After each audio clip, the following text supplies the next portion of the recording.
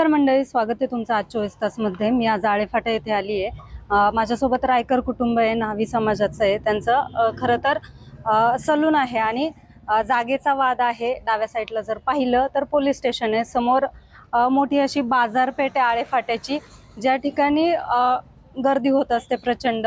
संपूर्ण मार्केट या ठिकाणी असतं। या ठिकाणी गाड्या लावल्या जातात आणि हा जो मुद्दा आहे हा जागेचा विषय आहे, यांच्या मोजणीचा।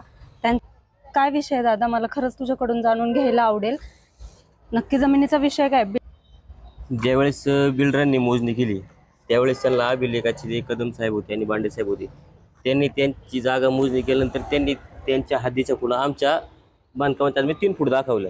ऑलरेडी आमची नकाशावरती जागा 120.8 चौरस मीटर, ऑलरेडी आमच्या ताब्यात जागा पण कमी, रुंदी आमची 10 फूट आहे। तर तशी नकाशाप्रमाणे बघितली तर आमची जागा जाती 20.88 फुटाच्या आसपास। आमची पुढच्या साईडने रुंदी आहे, मागच्या साईडने 19.59 आहे। जर आमची रुंदी नकाशाप्रमाणे 20.88 आमच्या ताब्यात 10 फूट, तर एवढे ताब्यात 10 फूट असूनही परत आमच्याकडे 3 फूट दाखवत असतील, तर मग याच्यात काहीतरी चूक आहे। हां, मग आणि त्यांचा नकाशा काय सांगतो? त्यांच्या नकाशावरती त्यांच्या नकाशा सिटी सरळ त्यांच्या 154 चौरस मीटरचे मिळकत पत्र आहे। त्यांचं सिटी सरळ त्यांची जागा 154 चौरस मीटर आहे। त्यांची पुढच्या साईडने रुंदी 18.32, मागच्या साईडने 20.10, मग ते 18.32 ही रुंदी असताना सुद्धा त्यांच्या आता ताब्यात जागा जास्त आहे, जवळ 23-24 फुटाच्या आसपास जागा आहे। प्लस ती 23-24 फूट असताना सुद्धा आमच्याकडे ते 3 फूट अजून दाखवतो। हां, मला सांग, हे जे आळेफाटा सेंट्रल पार्क होते, या ठिकाणी हे पत्रे ठोकलेत, बॅरिकेड्स लावलेत, किंवा पोलीस स्टेशनच्या साईटनं जरी असेल तरी या ठिकाणी बॅरिकेड्स लावलेत, हे लावण्याचं मुख्य कारण काय आहे? त्यांचं पत्रे लावलेत, त्यांचं म्हणणं असं होतं की इथं लागणाऱ्या गाड्या आहेत त्या बहुधा तुझ्याच असतात, तुझ्याकडे येणाऱ्याच असतात। मग त्याच्यामुळे त्यांनी ते पत्रे मारले, या साईडने छोटे मारले, त्या साईडने पूर्ण मारून टाकले, पूर्णच बंद करून टाकले। आणि हे बॅरिकेड लावले ते का येणाऱ्या गाड्या लागू नये म्हणून। त्यांचं म्हणणं जरी असेल गाड्या तुझ्याकडेच येतात, परंतु खरं नक्की असं आहे का? येतातच का तुझ्याकडे? माझं एकटेच दुकान नाही इथं माझ्यापेक्षा मोठं दुकान पोलीस स्टेशन आहे। इथं माझ्यापेक्षा जास्त रोज लोक तिथे येतात। पुढे भाजी मंडई आहे, भाजी मंडईला संध्याकाळची वेळी भरपूर लोक येत असतात।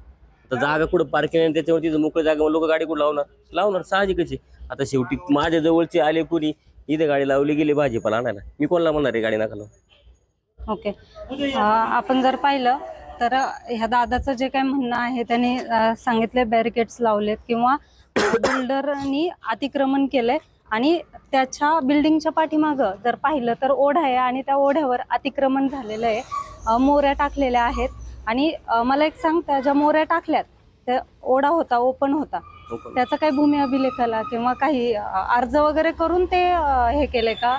नाही सांगता येत।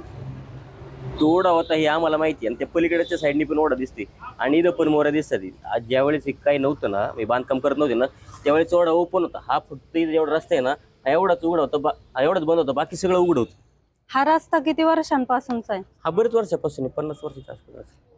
वय वाटे पाठीमागं बिनमळ्याला जाणाऱ्या लोकांसाठी हा रस्ता पहिल्यापासून खुलाच।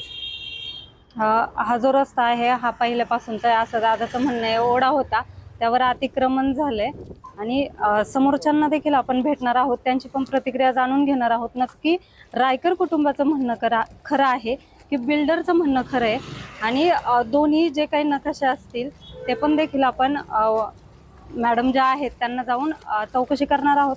काय आहे पाहूयात, समोर येईलच सत्य। तुम्ही कुठेही जाऊ नका, पाहत राहा आज 24 तास।